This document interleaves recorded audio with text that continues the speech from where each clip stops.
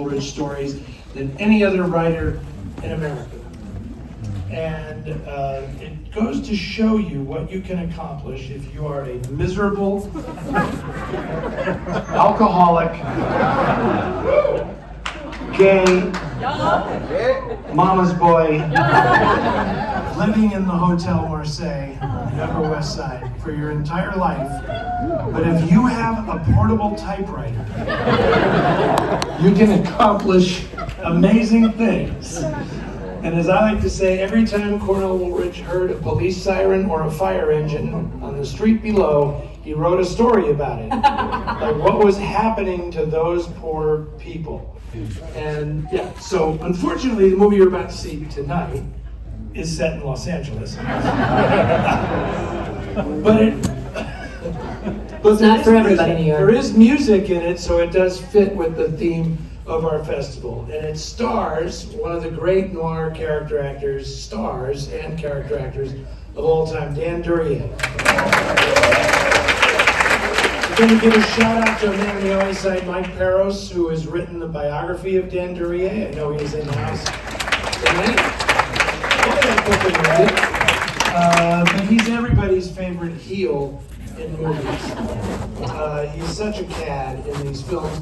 But he had made several movies before this with Fritz Lang. He did Little Foxes, the Lillian Hellman story. Then he did Woman in the Window, Scarlet Street, Ministry of Fear, all with Fritz Lang. But this is when Universal Pictures decided to make him a leading man and give him the starring role in the film. And I just want to say this is so unusual for the time, it's so politically incorrect, that Dan Duryea's big thing in movies was slapping women. This is what he did on screen that made him such a big star.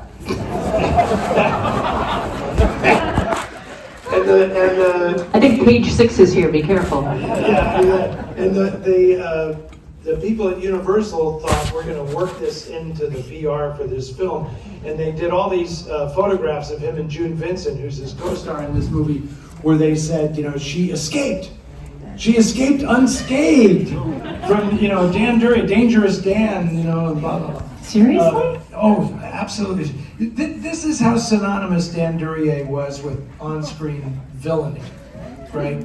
When they invented this machine, a very early prototype of the fax machine, and the first use of this equipment was in the LAPD, and they were using it to transmit witness identification drawings over the wire to put out, like, be on the lookout for this man, right? When they prototyped this for the press, it was Dan Duryea's face that they sent through the fax machine. That's how synonymous this guy was with big screen crime and villainy. Wow. Did he have that same reputation as a person? No, he was the sweetest guy in the world.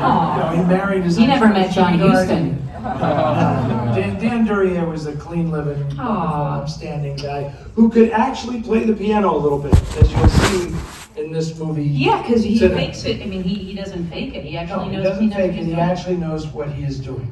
The musical aspect of this film is the responsibility of a man named Frank Skinner. That's right. Does anyone know Frank Skinner? Yeah. So Frank Skinner is so cool because he's kind of like my favorite kind of composer. He was just like a salaried composer for various movie studios, and he was like, what we would call it, like he was like a workman-like musician. He got jobs and did them, and so you find his imprint on everything from a lot of horror, like The Wolfman, to a lot of Douglas Sirk, like All That Heaven Allows. I mean, that's super lush stuff, right? And in this case, this score is actually, for a noir, one of the more romantic and lush scores in noir. But I mean, he was incredibly versatile. Yeah, absolutely. Okay, we're going to let you watch this movie, but I'm just going to tell you, Broderick Crawford is in this movie. Peter Lorre is in this movie. Oh yes. Yeah, it's something. And directed by Roy William Neill, who did all the Sherlock Holmes movies at Universal in the 1940s, and then said, I'm going to retire back to my Irish home and he went back to Ireland and walked in the front door and dropped dead of a heart attack. So that didn't work out so well for him.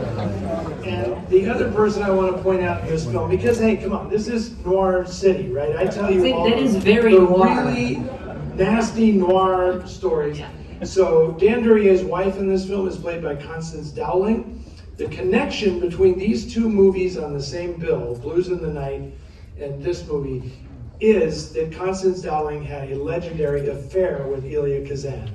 When she was a stage actress here in New York, Kazan would not leave his wife for her, so she left New York and went to LA and started making movies with her sister Doris. The two of them were not big Hollywood actresses, but they both had better careers when they moved to Europe.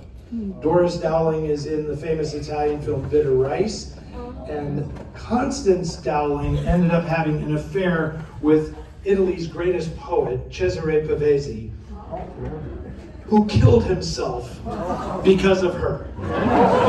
Over her. Wrote his last poem was about her. Death will come and she will have your eyes. That was Cesare Pavese's last poem.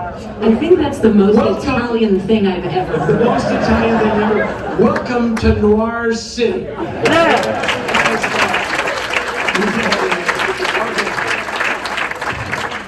This is just night one, folks. Come back. We're going to be here, how many more nights? Like 9 more. 9 more nights after this. I'll expect to see all these faces in the audience here every night. Okay, Elizabeth Bougerol, ladies and gentlemen. And now enjoy watching